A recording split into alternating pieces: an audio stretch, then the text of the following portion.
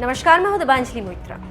Corona virus की पहली लहर में लोगों की जिंदगी बचाने के लिए मोदी सरकार को लॉकडाउन लगाने का सख्त फैसला लेना पड़ा, जिसका भारत के उद्योग धंधे से लेकर रेहड़ी पटरी वालों तक के धंधे पर जबरदस्त असर पड़ा।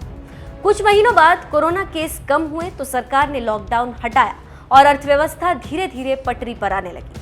लेकिन जैसे ही अर्थव्यवस्था ढर्रे पर लौटने लगी कि कोरोना वायरस की दूसरी लहर ने तांडव मचाना शुरू कर दिया, यानी एक बार फिर से उद्योग धंधों पर ताले लगने शुरू हो गए और देश की अर्थव्यवस्था डाउन होने लगी, जिसकी मार आम आदमी पर भी पड़ने लगी। यही वजह है कि अब किसी बड़े वित्तीय प्रोत्साहन की मांग उठने लगी, जिसमें मनी प्रिंटिंग भी शामिल है, जिससे अर्थव्यवस्था में जान फूंकी जा सके और कोरोना से प्रभावित सेक्टर्स को भी राहत मिल सके।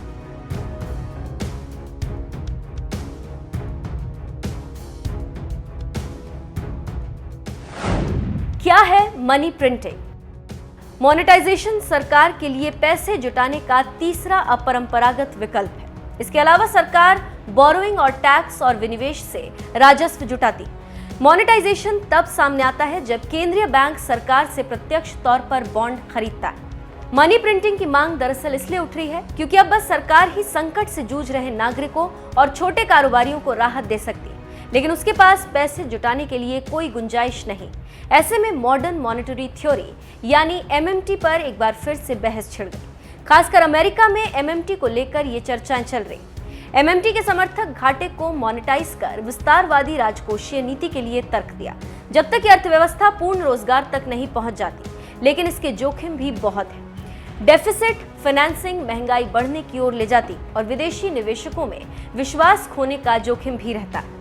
अस्थायी राहत देने के अलावा डेफिसिट फाइनेंसिंग की वकालत हाउस होल्ड्स और कारोबारों को संकट से बाहर निकालने में सक्षम बनाने के लिए भी की जाती।